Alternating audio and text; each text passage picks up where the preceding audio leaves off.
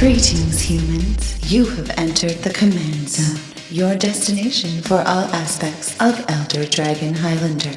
Enjoy your stay.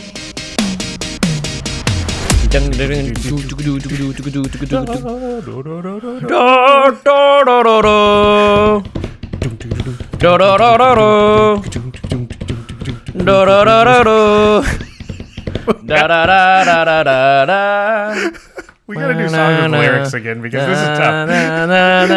You just have to do the backup. Does anybody out there know what song we're singing at this point? Anyone that's ever picked up a GameCube controller probably knows. That was the Super Smash Bros. Brawl theme. How's it going, everybody? Or hello, everybody. How are you doing? You're listening to the Command Zone podcast. I'm your host, Jimmy Wong. How's it? It's Josh Lee Quiet. It's okay. We can both say how's it. That's true. It's fine. It's kind of one of the catchphrases. I'm doing like a how's it. Yeah, how is it? Yeah, you have a Z in the middle of yours. Yeah, that's a Hawaiian What thing. is that? How's it? We used to have a how's it sticker in the background. Yeah. I don't know. I have a few extra at home. I'll try and remember to bring one in. Please bring them in. Somebody's probably stole it. What happened? Oh, man. We're going to have a really fun episode today. We are previewing a Dominaria preview card, which may be one of the best cards we've ever previewed, to be honest. It's pretty good. It's probably the best commander in the set. I think so. I would admit... I think so. You think so? Okay. And we're also going to be discussing the new Brawl format. We've been getting a lot of questions and comments about this on our website, on Twitter, on Facebook. And it's a new format that was announced by Gavin Verhey recently, and we've got to play it a little bit, and we have a lot of thoughts on it. But first, this podcast is brought to you by cardkingdom.com/commandzone. That's the affiliate link. It's super easy to use. You go to cardkingdom.com/commandzone and you buy all your singles, all your sealed product, whatever you want. Super fast shipping. Card Kingdom has been there with us since almost 2 years now. They're amazing. So use that affiliate link the next time you're buying some Magic cards. And another way to support the show is to support our other sponsor, which is Ultra Pro. You know, Ultra Pro recently came out with 100 packs of the Eclipse sleeves. I know This is something that all of you for a long time have been asking for, and I know that Ultra Pro pays attention to like the YouTube comments on the Game Nights episodes and things like that. So this is something that they're bringing to us because they've seen that there's a big demand for it. So finally, with the convenience of 100 pack sleeves, it'll be a lot easier on us because, you know, we're not a 60 card format, although we might be a little bit soon because of Brawl. Yeah, actually, Ultra Pro's done a really good job listening to feedback and addressing it. The Eclipse sleeves, I think, came out of a lot of people complaining about not having, you know, like, would they really want a really high-quality sleeve? And Ultra Pro's like, you know what, we need to address this issue. And the same thing goes with these 100-pack sleeves here. So, obviously, love Ultra Pro as well. The final way to support the show is directly through patreon.com/commandzone. That's where our lucky patrons can, you know, to get in direct contact with us, send us messages. See Game Nights early. That is definitely a big pull. Also, we do some Patreon exclusive stuff occasionally. We also have a Discord server. All sorts of good stuff going over. If you want the show notes for the podcast episodes or a downloadable version, MP3 of the audio versions, then patrons have access to that as well. Yeah, and we do call out one lucky patron every single episode, and this episode is dedicated to Morten Bjørger. Bjørger. I never know how you're supposed to pronounce the umlaut. The umlaut is pronounced, I think, as it sounds. Like is it Bjørger? Umlaut. In America, it would be burger, but I think it's Bjørger. Yeah, I think umlaut. It's like this sound. Bjørger. Man, all the Germans and Austrians and everybody out there just shaking their heads at us. I'm just going Bjørger. I did it right the first time. Okay, well, on that note, let's move on to our Dominaria preview card.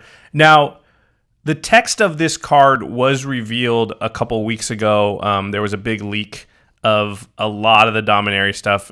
If you pay attention to Magic stuff online, you knew that this happened. And what happened is, I guess there was the official Wizards website in like China had accidentally like released the text, but it was in Chinese.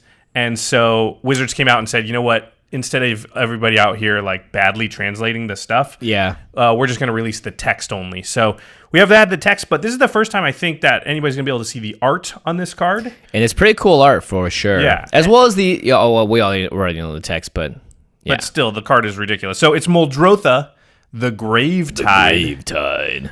Muldrotha is 3 green, blue, and black. So 6 mana total for a 6/6 legendary creature, elemental avatar.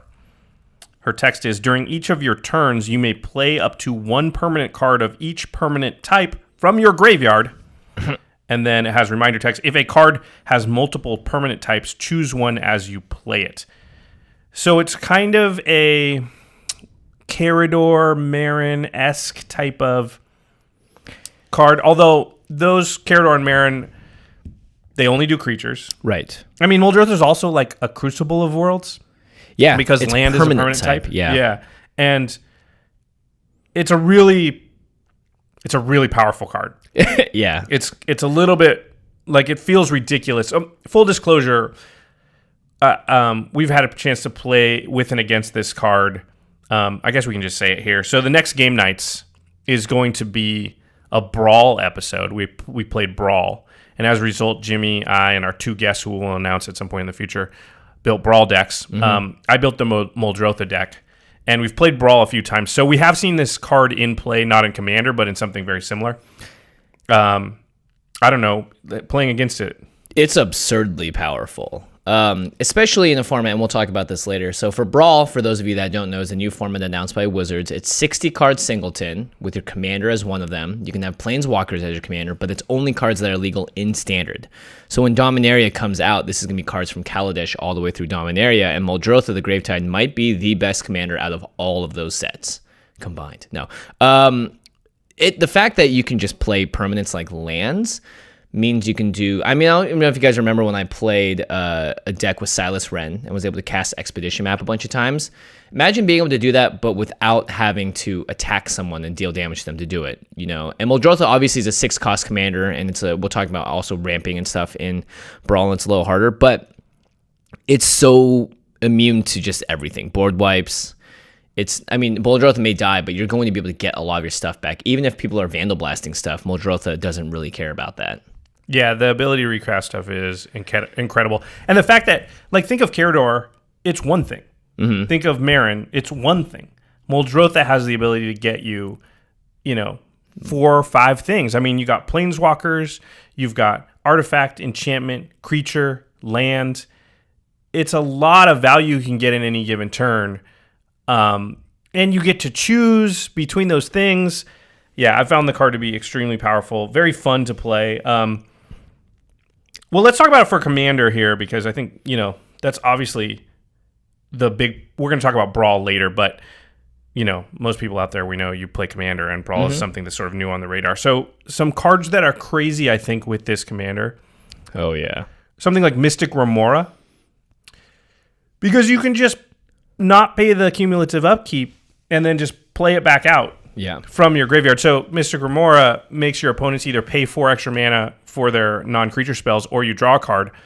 And it has a cumulative upkeep, so eventually it gets to the point where you can't pay the upkeep cost and it goes away, and that's kind of how it's quote-unquote balanced. Yep. But you just play it for 1 blue mana, not pay the cumulative upkeep, play it out of your graveyard for 1 blue mana, and just keep it around for 1 blue mana, if that's your 1 enchantment for the turn. Yeah, it's great because it is very low cost, and in a deck like this, you're trying to cast a 6-drop, you're probably going to build a lot of ramp in there, as well as you're in green and blue, so you're going to have a lot of access to ramp. So doing cards that you can replay constantly, and also board wipes like Pernicious Deed are extremely powerful in this deck. Well, I mean, board wipe, that is a permanent type. Yeah, exactly. Yeah, because it's going to sit out there, and you can hold up Threat of Activation, but also if you just end up doing it for 1 or for 0 a lot of times against tokens, it feels bad when you're like, all right, I have to Deed for 0 right now. But if you're able to play Deed multiple times in the game, then you don't feel bad ever. It's like, it's a super controlling Sultai deck is what I saw, and the value engine that Muldrotha gives you is absurd. Just because you're able to replay cards that normally, once they're gone, you're just like, okay, unless I can regrowth it or find a way to get it back into my hand, it's just going to be there for the rest of the game. Yeah, so Pernicious Deed is an enchantment that you basically, once you get it out, you pay X, and then you destroy everything that's X or less. So Muldrotha's high CMC actually plays into Pernicious Deed there, because you can sort of play it, and as long as you're 5 or less, you just blow up everything, play it out again, because it's an enchantment, do it again if you feel like it. That card's insane. I think the most insane card in the entire deck, and it's an expensive card, it's a very expensive card, but it's Lion's Eye Diamond. Right. So Lion's Eye Diamond is a 0-cost artifact. You activate it, you discard your entire hand, and then it Black Lotuses. You get 3 mana of any color. So that's usually not great. I mean, it's great in certain decks, like Narset decks and things like that. I've seen it. Storm, it's incredibly powerful in. But in this deck, you don't care that you discarded the cards. They go to your graveyard. You can still cast them. Also, you can play the Lion's Eye Diamond out of your graveyard as your artifact for a turn. Yeah. For 0. So it can give you 6 mana the turn you cast it. Right. Cast it for 0, sack it. Cast it for 0, sack it. That's insane. And like I said, usually that downside of discard your entire hand can be bad unless your deck's built around it. In Muldrotha, your deck's automatically built around it. Doesn't care. Wants cards in the graveyard. That's the same as cards in your hand. Yeah, I mean, you might think like, oh, but you can only cast one of each permanent type out of your graveyard. Well, if you're still casting 3 spells in the turn, that is more than enough to like really take a powerful position. It's not like you're trying to go so crazy. Like, I think people see cards like this sometimes and be like, well, it's not the best it could be, but it's still pretty good. So I would definitely not... I wouldn't sweep this under the rug. This card is really good. Plus, you can sort of use cards that are permanent types to get cards that aren't. So you can kind of start getting to the point where Muldrotha can sort of get you back instants and sorceries, because you have Archaeomancer, you have things like Eternal Witness, even Snapcaster Mage, Mnemonic Wall. These are things that when they come into play, they're creatures, but you can get something out of your graveyard, an instant or sorcery. In some cases, E-Witness, it's anything. And then so you can start replaying instants and sorceries every turn. So Muldrotha I think, if you want to, becomes sort of play anything from your graveyard. Yeah. You just sometimes have to take an extra step. So that seems insane to me. I put Fog Frog on here. Yeah, something that you have to sack. Things that are like, well, this is a one-time use, but it's really powerful. I mean, having something that can recur that often. Obviously, this deck is very weak to graveyard hate, but at the same time, it's one of those things where if you lose your graveyard, you just start milling yourself again. You start putting things back into your graveyard. You can rebuild back to a powerful position really quickly. Yeah, mill and dredge, self-mill and dredge are going to be really good in this deck because everything you put in your graveyard is in your hand. So, if your graveyard's got 40 cards in it, even if you only have 3 cards in your hand, you kind of have 43 cards in your hand. Yeah, you only get to cast 6 of them total maybe, but that's still again better than only having 3 cards in your hand. Planeswalkers are really good because they're relatively new in the world of Magic, and there are not that many effects that say exile target Planeswalker. There are a lot more now, and slowly, but like destroy Planeswalker is a card that exists. Or usually you get rid of Planeswalkers by attacking them. Yeah. Yeah, which not just by using destroys them. specifics, because you don't want to put those spells in your deck that are only targeting Planeswalkers or whatever.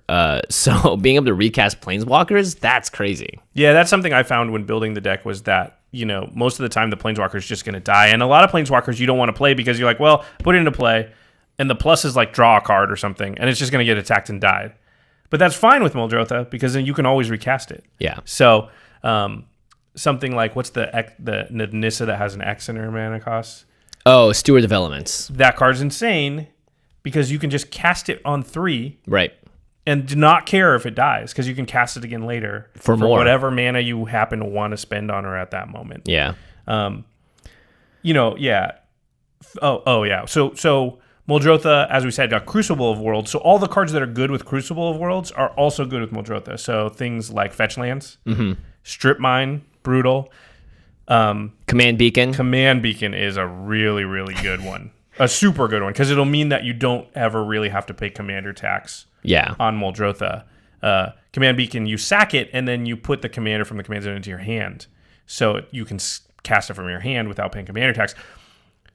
And then you can replay the Command Beacon from your graveyard. So you can just kind of... it's hard for people to go with the strategy of like, let's just kill Muldrotha enough times that it's so oppressive to cast that we kind of keep that deck under control. Animate Dead, I think, is a really good card in this deck because it's an enchantment that allows you to get 2 creatures out. Right. So you're getting max value from something like that. I like that you put Dream Halls down here, one of my all-time favorite cards. I think Dream Halls is insane in this deck because you want to discard the cards, and then also you can cast the cards out of your graveyard using the Dream Halls. Using the Dream Halls, yeah. So you're like, oh, I wish I had this enchantment in my hand. I'm gonna play that, but first I'm gonna cast a creature that shares a color with it out of my graveyard for free. That'll put it in the graveyard. Then I can cast that for free. Yeah. Yeah. Dream Halls. Sorry, if you don't know what Dream Halls is, it's an enchantment and it allows any player. So be a little careful. But instead of paying the mana cost for a spell, you can just discard a card that shares a color with it. Yeah. And then play it for free. So if you want to play like a blue-green card out of your graveyard, you can discard a blue card and play it for free with Muldrotha. Yeah. And then that card's in your graveyard, which is totally fine with you.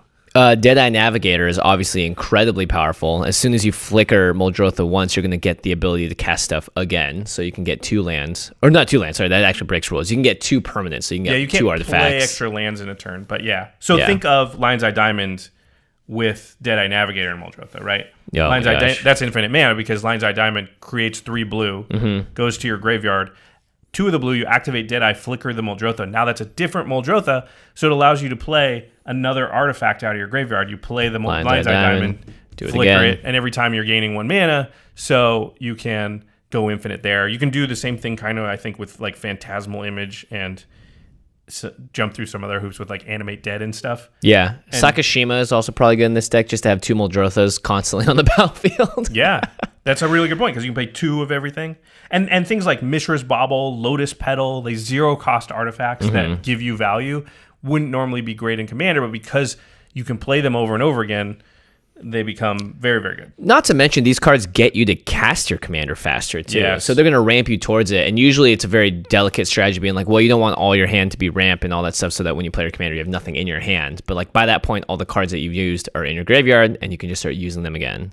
Good point. So very powerful. Walking Ballista is another really good card in the deck. Any card that does something and puts itself into the graveyard is good because then you get to do that again, basically. So it's just sort of a grindy, attrition-y type of deck. A lot of people I saw online were talking about it would be good with like stacks.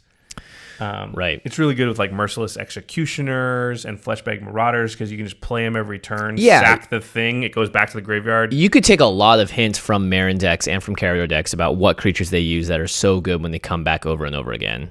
I mean, I could definitely see this becoming a very powerful... I don't know if it's going to be tier 1 just because it costs 6, but at the same time, like we just said, you can play the Lion's Eye Diamonds to ramp it out by like turn 3 or 4, you know? Yeah, you could technically do it on turn 3. Yeah. I mean, one thing I found when playing it was you usually wanted to play it and then be able to get at least some value. So if you played it on turn 4 with the Lion's Eye Diamond and then got a land out of your graveyard, then maybe like, you know, played a Mishra's Bauble, Lotus Petal, you know, you could do some crazy stuff. It might... We're not... I always get worried. You can do it by turn 2. You can cast it by turn 2. Yeah, with like a... Turn 1, Soul Ring, Signet. And then turn 2, Signet, Lion's Eye Diamond. Yeah, yeah. Oh, turn 2, you don't even need the other Signet. Just land, Soul Ring, Signet. Yeah, so... Crazy. Maybe it... I always get nervous when we talk about competitive EDH because we're not competitive EDH players, but it feels like it's probably not quite tier 1, but just the, 1.5 or 2. Yeah. But it could be tier 1. It's the type of card that just... It doesn't do the things tier 1 decks normally do, though, which is tutor. Yeah. Or cheap mana cost. It's value, but it doesn't... You have to pay full cost for stuff. That's actually, I think, the problem with a lot of Sultai decks is that it's very good at not winning. It's very good at being like, look at this value I got in black, blue, and green, obviously. But it's hard to... you have to build in the win conditions. I don't think many Sultai commanders have built-in win conditions in them in the same way that like Zur the Enchanter does. Okay, so that's kind of the quick overview of Muldrotha. This may be the first deck where I have a Commander version and a Brawl version. I'm thinking of building a Commander version almost immediately. It just seems like it's too much fun. It's a super fun deck, right? Because you just... In Magic, one of the most fun things is just having a lot of options. Yeah. So that in every situation... Because one of the least fun things is sitting there and not being able to do anything. So Muldrotha is the type of card where you just always have a lot of possible stuff you can do. Yeah. You're never just sitting there where like, this is the one card I have, I'm going to play it. You're like, well, I have these choices. I have my graveyard, I have my hand. I can cycle through things. Another thing we should say is cycling is very good with Muldrotha. Cycling's absurd. Yeah, because oh my gosh, so cycle good. the card, puts it in the graveyard, now you can cast it out of the graveyard. Yeah, I'm pretty excited about building a commander deck. I think you can build, a lot of different ways too. Yeah, you can be super control-y, you can be more on the combo side, or you can be very reactive as well.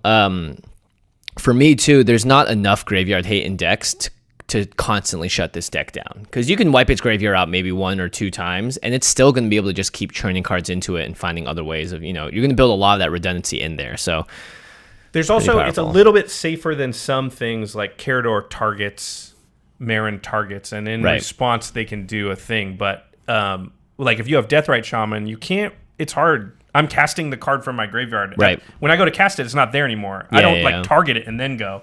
So you have to sort of preemptively remove something. So then it's like, fine, I cast something else.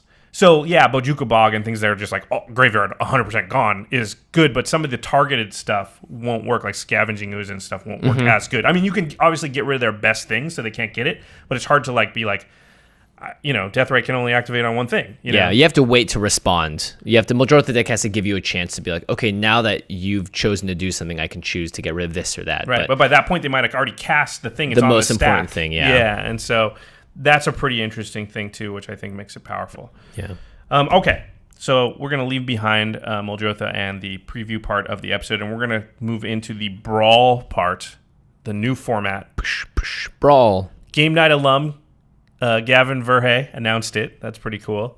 Obviously, we knew about this for a while now because of the Game Nights episode. We had to build the decks. We had to recruit guests, have them build the decks. So we played a few rounds, a few games of Brawl.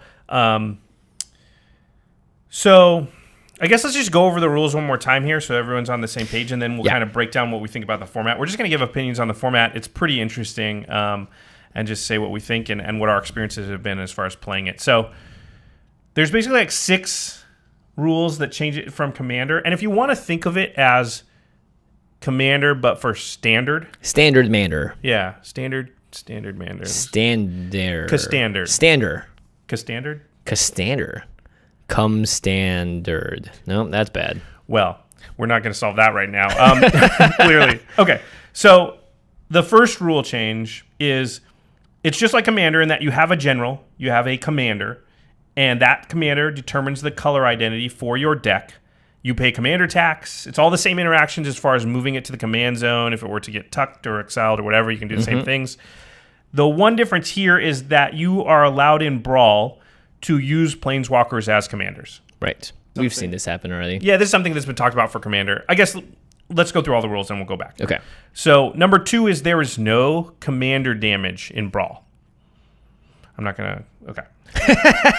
3 is number 3. Players begin at 30 life instead of 40. Gavin told us this is because obviously a smaller card pool, much smaller because of only standard legal cards.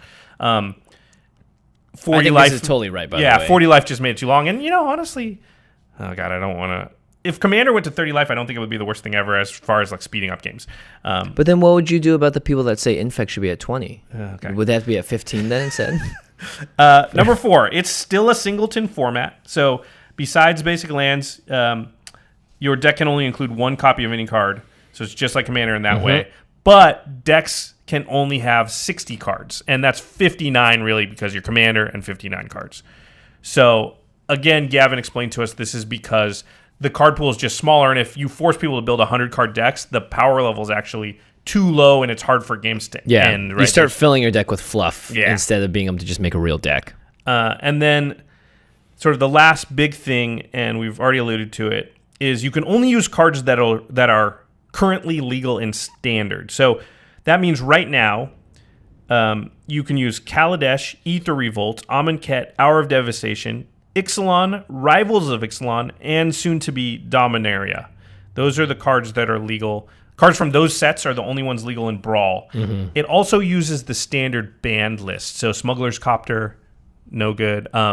Cat Combo. Yeah, the cat that flickers Saheeli Rai and keeps making copies of it. So you can't do that. Cat. And I guess we should also say for those that don't know, things like Masterpieces that were in Kaladesh and Aether Revolt, they're not legal in Standard, so they wouldn't be legal in Brawl either. Which means you can't pimp out your deck as hard, but it's standard. Cassius. Yeah, standard legal cards only, and that means that the cards are also going to rotate. Well, we'll talk about this as we go through. Okay, so yeah, let's go down the list. 1 is basically Planeswalkers can be commanders. Yeah. What do you think about it? I think this should be fine in this format. Now, we already said that it's probably not that powerful in Commander. The only thing that would happen is just you would extend games because people would start having to attack the Planeswalkers instead, and that's kind of like life gain, is you're adding an extra however much loyalty they have to your life total because they want to kill that thing first. And I don't think there are any too busted Planeswalkers in this format currently that are going to like warp the format in any way. And at the very least, I think this is a great testing ground to see if Planeswalkers, if this is something that maybe the Rules Committee wants to do for Commander at large. Yeah. I mean, I've been outspoken about being against the Planeswalker as commanders in overall commander. And it's not even because I think they'll be too powerful. It's because of that. I think they just create longer games, and we should be moving somehow towards shorter games if we can, because I think that's one of the biggest knocks against the format is you can really only play it if you have 2 hours available. Like, it's kind of ridiculous. And sometimes if you're unlucky, you just sit there and you only get one game in an entire session. It feels bad. Yeah. And one thing we did see when playing our games of Brawl is that I think that Planeswalkers as commanders do tend to make games longer in the format. Yeah. They can't attack, so you're playing a thing where everybody, normal commander can at least chip in there for, Muldrotha can swing for 6. That's a real amount of damage. That's 20% of somebody's life total in the format. If you play Chandra, she can't do that. She can't swing at anybody. She'll do 2 damage, though, with her ability. Maybe that wasn't the best. If you play Vraska, she can't do that. There you go. Well, she makes 2/2s that can then attack. No, I'm just kidding. I would also say, too, that if we were to do commanders that were legal, or Planeswalkers legal as commanders in Commander, you'd have to have, again, another ban list probably that says commanders. At least Sorin, right? Yeah, Sorin, maybe even like something like Karn, because like that would just lead to probably unfun game experiences if you're just restarting the game constantly. Yeah. So, and not to mention, I think the problem with that in Commander is that any deck can just run Doubling Season that has green, and then boom, you've got like... You probably have to ban Doubling Season. I think that would be... Yeah. That would have to go if you could have Planeswalker 6 commanders. Yeah. I'm interested to see what happens. In our limited testing, we were only able to see one Planeswalker as a commander that someone built. Again, this is a brand new format, and we're trying to build decks for the first time here. So I don't know whether or not what we did was optimal, whether or not it's going to be busted, or if it's just going to be whatever. Compared to Muldrotha, though, honestly, I don't think any Planeswalker can hold a candle up to that card. And one of the things Gavin told us when we were sort of starting the process of building the decks, he kind of gave us a rundown of the format and his experiences, and they've obviously played it a lot over at Wizards. Was that they generally found Planeswalkers to actually not be the most powerful, not that great. Yeah. I think fun for flavor, for like a fun deck building experiment, and maybe that's where there's going to be a lot of appeal for this format is stuff like that. But in terms of power level, I don't think we're really going to get there. All right, the second rules differential is that there is no commander damage in Brawl. What do you think about that? I think that's fine given that our life totals are lower. But at the same time, I don't also think a Voltron build is viable in this format because you need to have, think about the things that make Voltron really work in other decks. It's like Lightning Greaves, Swiftfoot Boots, really nice equipment, and you don't have a lot of those tools at your disposal. So I don't think that commander damage is going to be as viable because like you either build your deck to try and kill someone with commander damage, I think, personally, or your deck just isn't trying to do that. So... And I think also because you're playing with Standard, the closer you get to Standard in Magic the Gathering, the further away from it you get, you use less creatures. The closer you get to it, you use more creatures. So I think commander damage just wouldn't be a viable strategy. I mean, everyone who watched the Commander Summit, and there was a lot of you because I've gotten a lot of messages and tweets about it, I'm not the biggest fan of commander damage. Now, I think I wasn't clear in that episode where I don't think it should be taken out of commander because... Right. I don't think it should be taken out, but I don't think it should be taken out at this point because it's so entrenched in that format that I don't believe that like just killing a bunch of people's decks for no reason would be great. But This is a new format, and starting it without it I think is just cleaner. Commander damage is just complicated. It's just right there. I can't tell you how many times someone sent us a question being like, "If my commander can ping someone, does that mean it's commander damage?" Well, I mean, we get notes on game nights of like, "Hey, this happened. They should take commander damage." No, it's only combat damage. Yeah. Also, hey, what happens if I steal Jimmy's commander and hit him with it? How do we track that? Also, what happens if it gets flipped over with Ixodron? How do we track it? Does it still count as your commander? Yes. What's the identity? By the way, the commander damage is always tied to the card, the physical card. Yep. So if Jimmy copies it and hits me with it, that's not commander damage. If Jimmy steals mine and hits me with it, it is. By the way, you also track, a lot of people don't know this, which is surprising. You also track each commander separately. So I could have 4 commander damage from Jimmy, 5 commander damage from Mel, and then 4 commander damage from Jimmy's stolen version of, or stolen my commander. And that's another reason why I think it's super complicated because you got to track all that. Anyway, but to be clear, I think it should stay in commander. You don't have to just stop tweeting me right now. You mid-sentence, you can delete it. Hold on, I'm going to tweet you. I agree with you. It should stay Josh, in commander. why do you want to get rid of commander damage? Why do you want to ruin everything, Josh? I've built 6 decks that are all built around commander damage. By the way, people started tweeting me like when they were, like I've gotten tweets like, I just killed somebody with commander damage. Like send you screenshots? Yeah. Listen, I didn't say it never happened. I just said low percentage. Okay, anyway. All right. In that case, y'all should feel special. You're a rarity. You're like a rare Pokemon. I shouldn't have said that. I'm going to get more tweets now than I did before. Guys, every time you kill someone with commander damage, or even hit someone for commander damage, you should tweet Josh. Be like, Josh, it was every time you hit someone? It's becoming relevant. Please, jeez. I'm gonna have to create a new Twitter account. Yeah. That one's gonna be too inundated. Okay. Just call it I hate commander damage. See what happens. Okay, so New podcast on the block. the third rules differential is that players begin the game at 30 life and not 40. You know, when we first thought about the format, I think even Gavin may have said something about this. It was like, it's a fast format. It's, you know, it's very aggressive. It's none of our games have played out to be very fast. Now, maybe it's because we have a deck like Muldrotha in the format because it's all about recurring stuff. But having the commanders as planeswalkers or planeswalkers as commanders, you know, having it, we found that boards get stalled pretty quickly, but also just that our life totals were going up and down and staying around 30 a lot. And the games lasted a lot longer than I expected. Yeah, I agree. I can even see going to 20 life. I don't think you can do that. I mean, the thing is with multiplayer dynamics, aggro is just never going to be super good in that format. I don't Right. care what card pool you make, because if I'm playing against 4 people, the aggro deck has to be powerful enough to, you know, like knock somebody out and then still have a chance to knock the other 2 people out. Yeah. And that's just not the way multiplayer dynamics work. Yeah.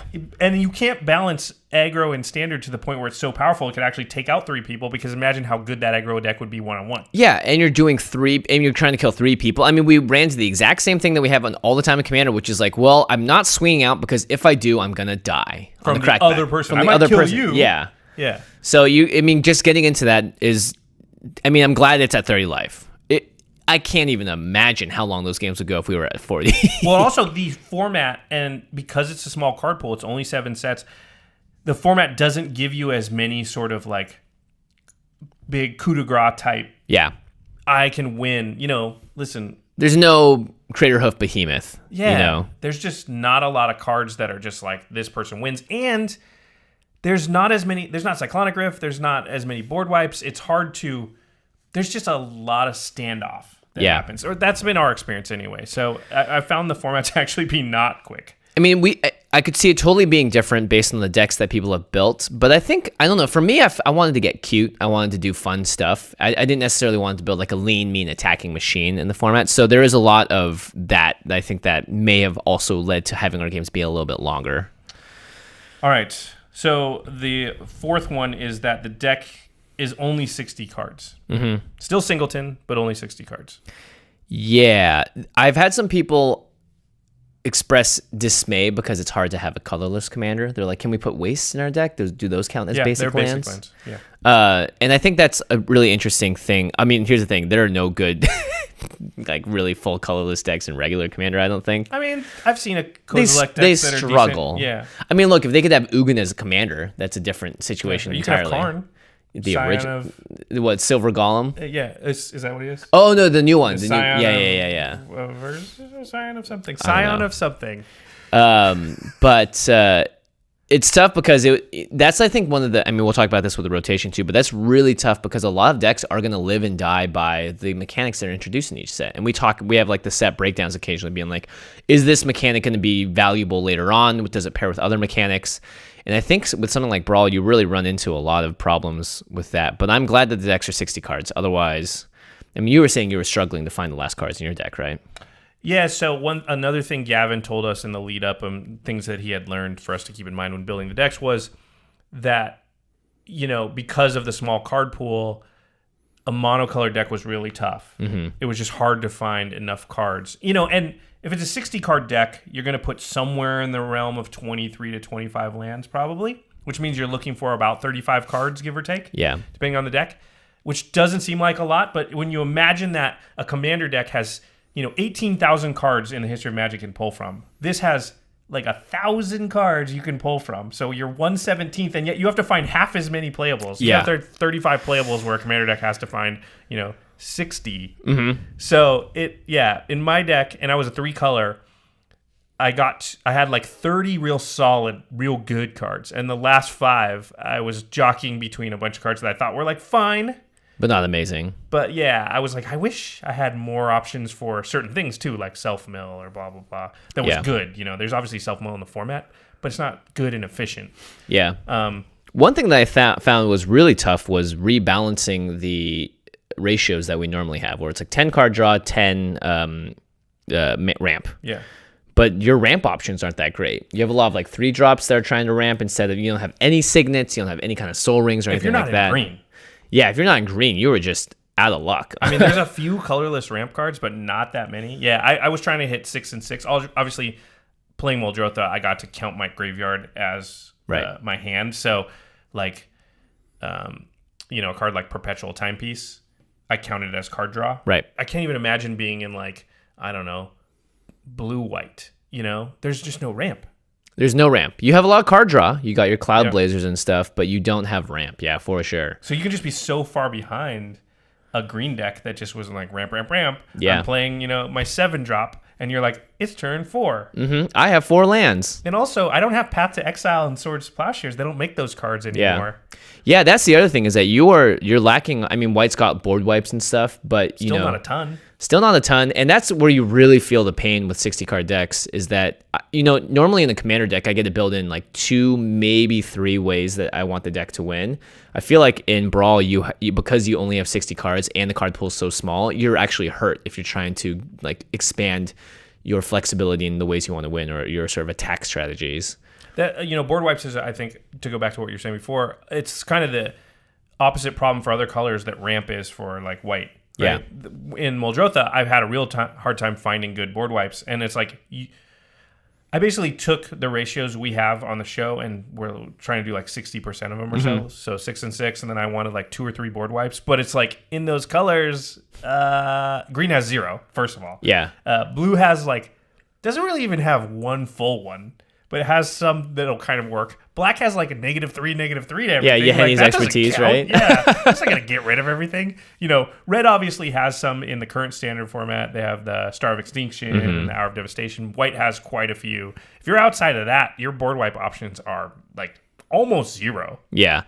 Yeah, and I guess we should just talk about the fact that it's standard specifically. Okay, yeah. So because I think this affects everything. That's the 6th point, and I think kind of the biggest one. And I put out a tweet when the announcement was made and just asked everybody like what they thought, and got a few hundred responses, a lot of responses. Thanks everybody. By far, how many of them were telling you that commander damage should be kept in the format? 0. Okay. We can change that. By far, I'd say 70% of the responses out of maybe 300, 400 were talking about that they didn't like the fact that the format rotates. Yeah. Because think about this, right? I build my Muldrotha deck. I've got the deck, and the next set comes out. Great. I add a few cards. I take out a few cards. The next block comes out. Add a few cards. Take out a few cards. The next block comes out. 4 of the sets fall off. I have to take those cards out. They're not legal anymore. The next set comes out. Muldrotha's not legal. The whole deck's gone. Yeah. I mean, that first rotation sucks because it's like, here's the strategy. Here's the synergies I've built. Here's the combos I've built. Oh, there goes half my combo pieces. Do I have to completely rethink how this deck plays? And honestly, that's why I don't play standard. It's why I don't play any rotating formats because it just is not. We are built and born and bred as Commander players, and the people that really love Commander joined the format because it was a great way to reuse old cards forever. Yeah, you build your deck. I think of my Tim deck. It's one of the first Commander decks I built.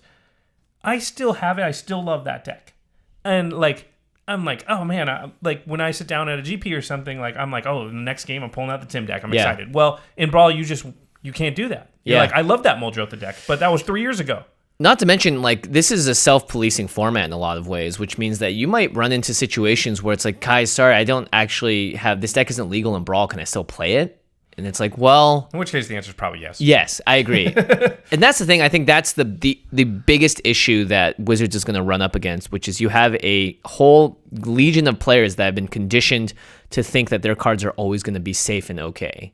And now you're introducing this new format. Who is it really appealing to? Like the standard players that have extra cards that want to play this on the meantime? The Commander players that have enough time and money to invest into this and be playing this in a rotating format? I don't know. It's really tough. And the meta changes so constantly that what you might think is powerful is always going to be different. For instance, like Josh said, normally if you're playing black and Commander, board wipes are you are good to go. But the fact that is you don't have them at all, so it's like, okay, do I need to build my deck now to know that if I'm ever playing white decks, I have to be wary of this? When it rotates, how's that going to change? So I think the mental gymnastics that you have to do to really make Brawl work is a lot of work. And it's a whole different meta that people have to start thinking about, and I don't know if it's honestly going to be what players want out of an experience like this. Yeah, I mean, rotation is just so tough. I remember around Cons Block when you and I gave Standard a shot. Yeah. And Jimmy and I were like, $8 Siege Rhinos, baby. Yeah. Let's go. You played the Abzan. I was playing Teamer. We went to a GPLA. We actually played in the main event, played Standard. We were excited. And then the first rotation came. And we all were like, oh. I can't do this. I don't want to do this anymore. Yeah. It's like, I just want to play my cards. Yeah. If I have a card and I like it and I want to play it, I want to be able to. And rotation really stops that from happening. So yeah. I actually have a suggestion. I don't know. I know some Wizards people listen to this, so this is the first time I've ever done this, but I'm going to make a suggestion to them. Okay, I have a suggestion too then. Okay.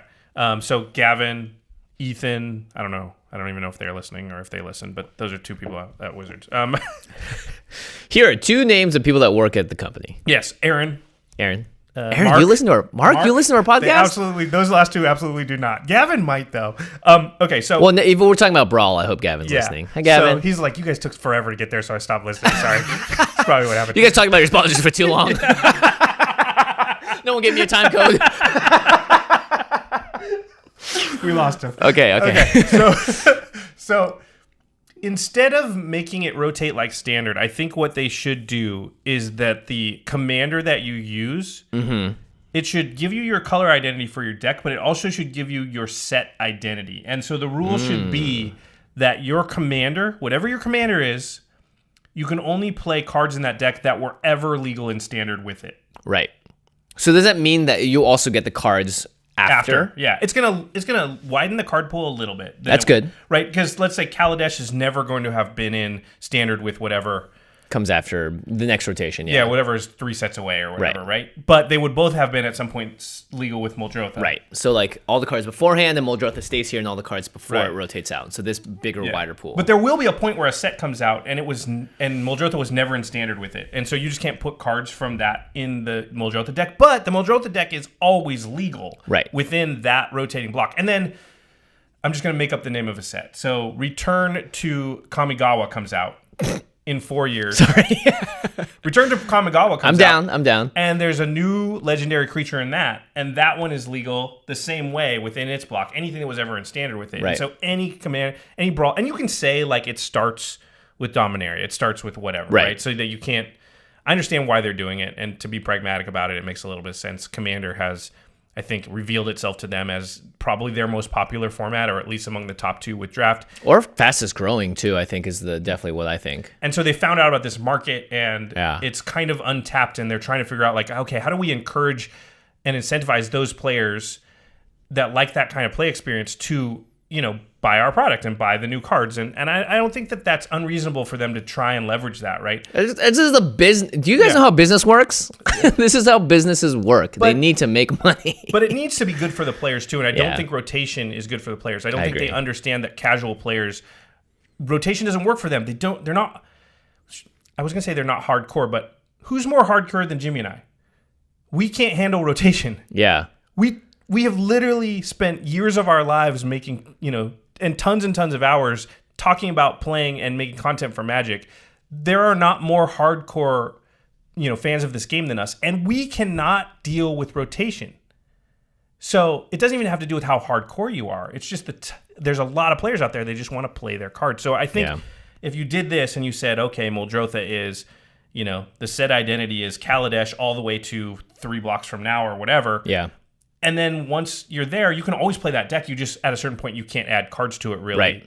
Because, and that's fine. It still encourages me to buy the new cards that come out. And then, I pick a new legendary, I build that deck, and that's with newer stuff. Yeah, and I think that actually adds a little bit of excitement, too, being like, this is going to be the last block for Muldrotha. I really hope there's some good stuff in here, so that encourages people to feel like, and that gives their commander a better identity too, right? Like it makes it, I feel like you can even build more of a Vorthosy thing around it too if you wanted to go that direction. I want to say something really quick here, because I know there's a lot of people out there that are thinking like, well, why don't they just have Brawl start now, not rotate, and just continue forward from now? Right, like the new Modern did with 8th edition. I think the problem there is that in 10 sets or so, you are encroaching on Commander as a whole. Mm-hmm. It'll get to a certain point at some point where there's like 4,000 or 5,000 cards in your card pool. You've just outgrown it. And well, now you're actually fighting against the original format. Right. You're a viable alternative to it, which I think they want to, rightfully so, they want to avoid. Yeah.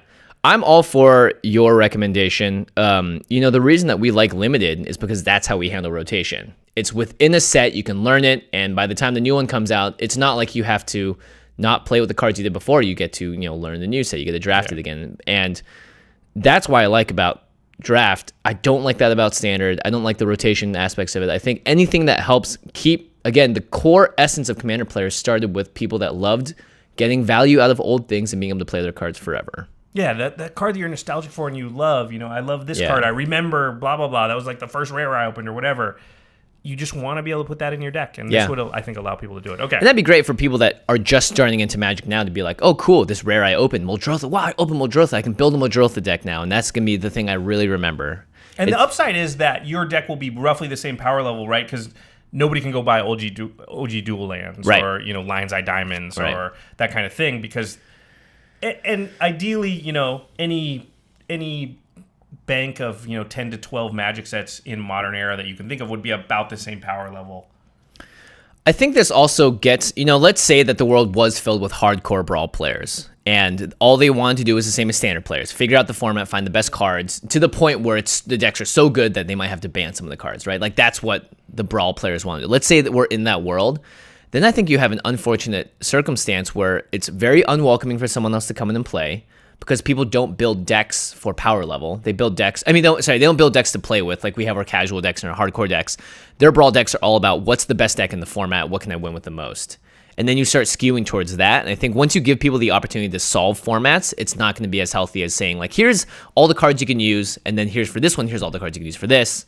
I think that's a better way of doing it. You could always just have a ban list at some point. If you came across like, oops, we made this commander, it's way too powerful within the blocks that it's legal. Yeah, ban Muldrotha.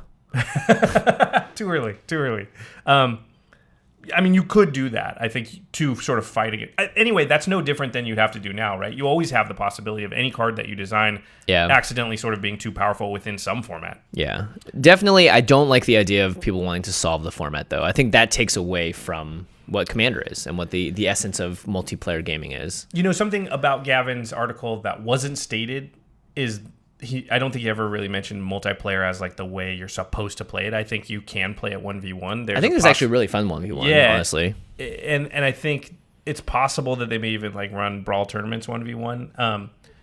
That's obviously not how we play it because we like multiplayer Magic, and the way that Commander works for us just made it sort of seem like that was a good idea. And obviously you can play it multiplayer.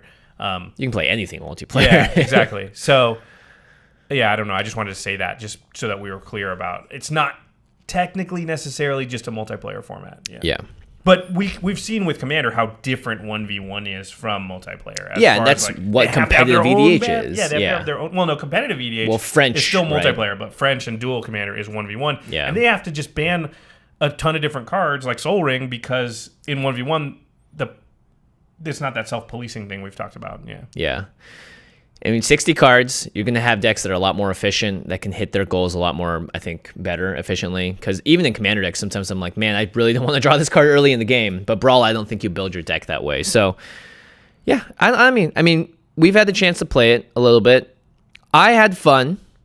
At the same time, just thinking about standard rotation made my stomach curl up. Because I was like, oh my gosh, this would be a fun thing to bring to a GP, like a fun, like hopefully shorter game of Commander that maybe you can play more games of. And I thought, well, how many of those same players are going to be at the next GP with a legal deck if the format rotates? And how many of them are going to be excited to like keep up with that when they already have their Commander decks that they could pull out that they know are never going to go away? Think of all that time you spend brewing the deck, coming up with cool interactions, and you're like, oh my gosh, and when you're playing it and you figure out like, oh my, I didn't even think of this, but this is about to happen, this is cool. And then think about the fact that it's just at an arbitrary point in time, a whole chunk of it just gone. Oof. Wow. It's just gone. Yeah, it's really tough. Like, it's kind of like that time where you like drink too much tequila and then and then you're like, I can never, like, if I even smell tequila after that, like, it turns my stomach. That's how rotation felt for you and I think. The one time it hit us. Yeah. Well, it was like, I have to de-sleeve all of these cards. Like, and my entire deck's gone. Yeah, some of it's still legal, but the whole thing doesn't work anymore. Yeah, like, I need to replan everything. And I understand why people like that in Standard, right? That's the skill intensity of that format, is knowing the format in and out and keeping on top of it. But that's meant to be a competitive and flagship thing of GPs. Like, I'm in it to play casually and for fun. And rotation definitely is constantly fighting against that war. Okay, so overall, step back here. Thumbs up or thumbs down on Brawl? My thumb. We could do the gladiator thing. I don't even know what my answer is. The gladiator. I'm listening to the crowd boo me as Russell Crowe just went in there and just went ham. I will give it a thumbs up. I'm gonna give it like a. That is not a thumbs up or thumbs down. That's like you're trying to look cool with your thumb. You know, it's like doing the peace sign like this. Like, yeah, like you can't go all the way up. You're like, eh. Listen, for gameplay, I think it was fun. I think. Yeah, we can do different things. Gameplay. Yeah, gameplay. Yeah. All right. Rotation. Yeah. Yeah. And you know what? Like, people always accuse us of, selling out to companies and stuff, and like, oh, all you guys do is shill and stuff. It's like, no, we're real players. Like, we have real concerns. Obviously, we support the things that we like, and we will talk about the things that we don't like. And we're very vocal about that in our Commander Summit series every time we do that every year. But yeah, for sure, rotation is the biggest downside of this so far. I hope we find a way around it before we have to, like, endure our first. Because could you imagine? Here's what's going to happen. Like, people are excited about it now. And all those responses on Twitter, there was a number of people like, this sounds fun. I'm going to try it out. And I want people to try it out because I want to see. You want to give it time to breathe and see what's worth it and what's good and what's not. But my big worry is that rotation's going to hit those people, and they're like, a lot of those people I think haven't felt what we felt. They haven't drank too much tequila, and so they're going to hit. Rotation's going to hit them, and you're going to splinter. You're just going to lose like half of the people that play Brawl at that point. Well, you're going to have the people that go, you know what? I want just to, you know what? My rule is that any card that's legal since Kaladesh is going to be legal forever. You're going to have people that's be like, I'm going to do Josh's thing. You're going to have people that's be like, I'm going to stick with the rotation. And then all of a sudden you have five different formats. No one's going to be able to play with each other, and you're going to kill the format. Yeah, I hope they figure this out, because I do think the idea is cool.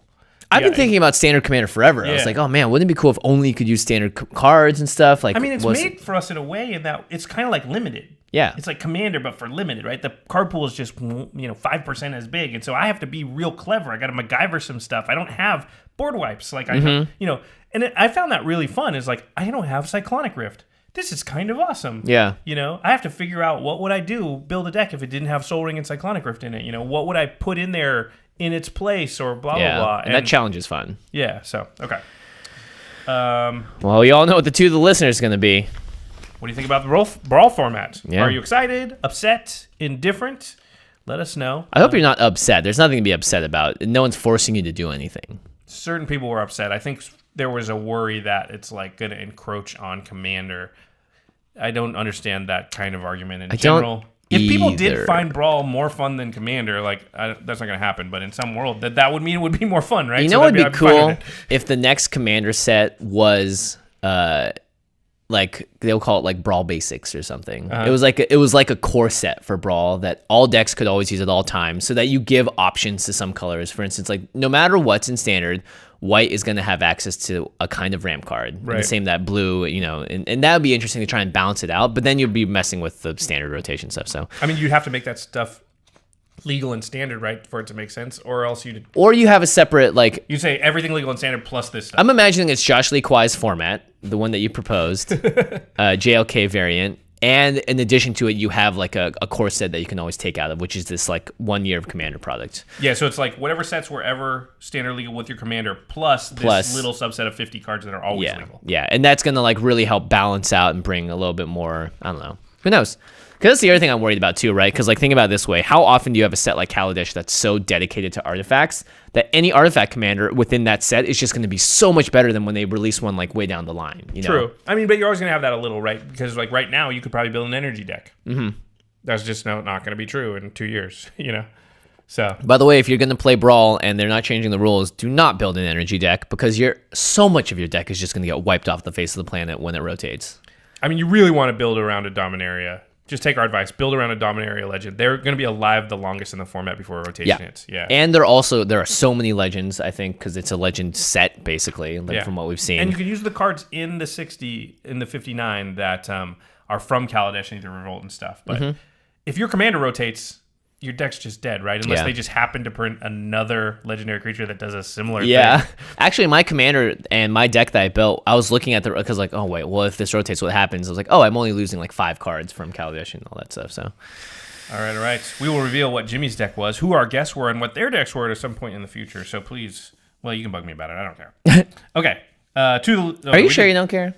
Huh? You sure? It is a little annoying. There you go. Yeah. I mean, do you think commander damage should be removed from the format? From which one? I'm just trying to bug you. Yeah, okay. Wait, we've been over this. I feel I'm getting deja vu. I heard. Now it's time for the end step, where we talk about something cool outside the world of Magic. I forgot to throw this. We're buying time. We're buying time. How about this? Let's talk. We were just having a discussion about Steven Spielberg before the podcast started. We're talking about our favorite directors and just directors in general. Do you have any favorite directors? I think Edgar Wright is obviously on that list, right? Yeah, I like Edgar Wright a lot. I've met Edgar Wright. I've worked with him, so that kind of colors you, right? Like, he's a really cool and nice guy. Certainly. So, yeah. I mean, Spielberg's one of my favorites of all time. You put me on the spot. I don't like being critical of, because there's so much that goes into making a movie. It's hard. It's really hard. It's one of the hardest things in the world. The way that I try to explain movie making to people is that, imagine planning a wedding. Mm-hmm. So if you've ever planned a wedding or been around somebody who's planned a wedding, all the stuff that goes into it, and then the day of the wedding, all the stuff that happens that doesn't go along with the plan of the wedding, right? Every single wedding you've ever been to, there's little kerfluffles and mistakes. And this didn't get delivered on time. People are late. The makeup artist is not doing what we wanted. So many things. Yeah, somebody's outfit doesn't look how it's supposed to, blah, blah, blah, blah, blah. Okay. Imagine that a movie is planning consecutive weddings 50 days in a row. In different locations, different countries. And each mistake is a piece of the movie that's been a mistake and you're going to have to stitch up later. And they compound. So if the 39th day wedding, there was a mistake made on the second day, it will affect that 39th day maybe. Right. You're also doing the wedding out of order. Yeah. So one day you're doing the ceremony, the other day you're doing this, like... It's when you work on a movie, you kind of marvel that they ever come out good. Yeah, that's a good point. I've been on so many sets where I remember the very first movie I did, and it was John Dies at the End, directed by Don Coscarelli, very famous director. He did Bubba Hotep, he did Phantasm series. Bubba Hotep's so good. Yeah, that movie's amazing. And he's a very accomplished director, really knows what he's doing, runs a tight set. I get there and I'm so excited. This is actually like my third day. We had some other stuff offsite, but I get there at I think 12 and I'm supposed to be shooting at 1. So I go through hair and makeup. I didn't shoot until 6 p.m. that day just because things were running behind. Things were going slow. They were doing a lot of practical effects, setting all that up. It didn't work the first time. All right, well, that's another 30 minutes to an hour reset, trying it again. The fog wasn't looking right. All these tiny little problems. John Salmon, the guy that shot Video Game High School, a good friend of ours, said that filmmaking is just constant problem solving. Yep. That's why everything's held together with gaff tape or duct tape. Is because you're just constantly like, well, didn't think of that. That's falling down. Tape it up there. It just has to hold for 5 minutes. Or Hollywood it. That's what they call Hollywood. Someone just like, all right, go over there and just hold this thing up. Just hold it. You do it. We don't want to put a C-stand up. We don't put sandbags, all that stuff. Yep. Not to mention, every single second that you are not on schedule, you may as well look at a wad of cash just lit on fire and burning into the air because you're paying every single person to be there. You're going to pay them location to be there. You're paying extra money if they're going overtime. And every moment that you're delayed and not doing something, you're literally wasting thousands of dollars, sometimes per millions. Second. Yeah. And that's how those big budget movies just get out of control sometimes, is because I heard apparently on Solo, they were doing up to like 20, 30 takes on some of the things because they didn't really know what they were doing. And every single time you do another take, think about, you're only using one of them. Or maybe you're using a stitching of like 2 or 3, but if 27 of those you're not using, all that time, those 5-6 hours, millions of dollars just got spent. Maybe not millions, hundreds of thousands of dollars are just going down the drain. It could be million, yeah, easy. Could be millions, yeah. So it's tough. Who's your favorite director? I do really enjoy. I'm going to say it now, like for the future. I think Jordan Peele is going to become one of my favorite directors of all time. Yeah. I also really like Ron Howard. I think he's done some fantastic movies in the past. Spielberg obviously is up there. There are a lot of really good directors though. James Cameron. James Cameron he's kind of amazing. Yeah, a terror but amazing. Yeah. I can tell you some of my least favorite directors are. All right, go for it. Michael Bay, Zack Snyder. Also terrors. Terrors, yeah. I mean, that's the thing. It's like you're running a set, and those guys came from the music video world, and it makes total sense when you look at their movies, which just look like 2-hour-long music videos with very little plot and understanding of what they're doing. Fincher came from a similar world, and his movies are great. Yeah, David Fincher's one of my favorite directors for sure. I don't know. I mean, like, I don't like. Obviously, you're right. I don't like being critical of directors because if you put me in that position and ask me to do any of that, there's no way. I mean, it's a coin flip. Right. And you know this because Steven Spielberg, the greatest director of all time, arguably, but at least among them, has made bad movies. Yeah. And if that guy can make bad movies, you know how much of a coin flip it is. Yeah. So yeah, Ready Player One is probably why, if you can't tell, is why we're talking about Spielberg. Yeah. Which we haven't seen yet. So I read read the book. See it tonight. I don't want to read the book. I have seen enough fan fiction in my day to know exactly what that book's about. You and I both love Snow Crash. You and I both love, the OGs. So I think we know where a lot of the inspiration stuff came from as well. Yeah, if you read Ready Player One or you saw the movie and you liked it, or even if you didn't, I would highly recommend to read Snow Crash, which is one of the early cyberpunk novels, and you can tell the lineage is very clear as far as it's like being like, what came first? Magic the Gathering or Warhammer? Right. Warhammer, and then what came before that? Like, you have Tolkien and all those stuff. Like, where did the lineage of things come from? It doesn't always mean the earlier thing's going to be better either. Right. Where does it draw inspiration from? Yeah, sometimes the newer stuff actually improves on the later stuff. But in this case, Snow Crash is one of my favorite books of all time. So it's regarded as one of the best cyberpunk and just that era novel of all time. All right. Best of. One of the best podcasts of this era currently is the Masters of Modern. Oh, I thought you were going to say you're listening to it. I was like, geez, do not put that on me. Is the Masters of Modern podcast with Alex Kessler, Ben Bateman. They talk about the modern format, all things competitive Magic. You can find them right next to us at collected.company. You can also follow them on Twitter at the MMCast. The editor for this show is Craig Blanchett, taking over for Terry. Mr. Infect, taking over for Terry Robertson, who's now working on game nights. You can find the full video episodes at youtube.com/the Command Zone podcast. So please go on over and check that out if you want to watch us talking as well as seeing the card images. It's a great way. Something a lot of people put it on in the back end of the work. I've seen it on TVs everywhere, which is really cool. And hopefully it means we're filming it high def enough to make that work. It looks good on TVs. I've watched it at home sometimes when I have to check it. Oh, nice. Put it on the Apple TV. Yeah. It especially looks nice because we have these awesome animated intros and outros by Geoffrey Palmer. Nice. The one and only, at LivingCardsMTG on Twitter. Big thanks to him, as always, for helping out on the show. All right, everybody. Thanks for listening. And we'll see you next time. Peace.